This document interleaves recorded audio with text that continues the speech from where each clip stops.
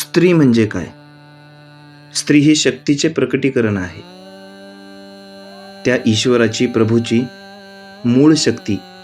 स्त्री म्हणजे यशोदा माता, स्त्री म्हणजे राणी राधा. ती चैतन्य माया आहे. ती दुर्गा किंवा काली रूपात आपण पाहतो. ती पुरुषाची आणि त्याच्या जीवनसाथीची विश्वासू सहचर आहे.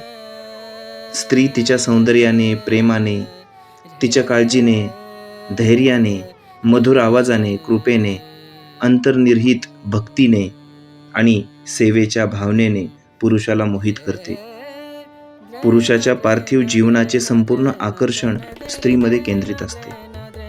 कधी जिजाऊसारखी आई होऊन स्वराज्य प्रेरिका होते, कधी शिक्षणाची अक्षरे स्वतः गिरवून सावित्री होते, कधी रणांगणावर लढणारी लक्ष्मीबाई ताराराणी होते, तर कधी समाजातील अनिष्ट रूढी पाळणारी आणि कधी तेवढ्याच प्रखरतेने त्याविरुद्ध लढणारी ही स्त्रीच असते.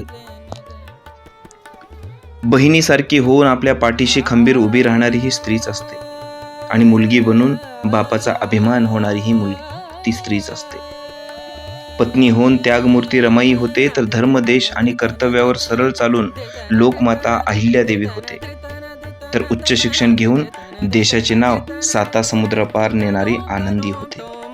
काही म्हणा, स्त्री ही आपल्या वागण्यातील संस्कार आणि आपल्या आयुष्याचा सार आणि आपल्या जीवनाचा आधार असते. स्त्री म्हणजे सर्वस्व असते.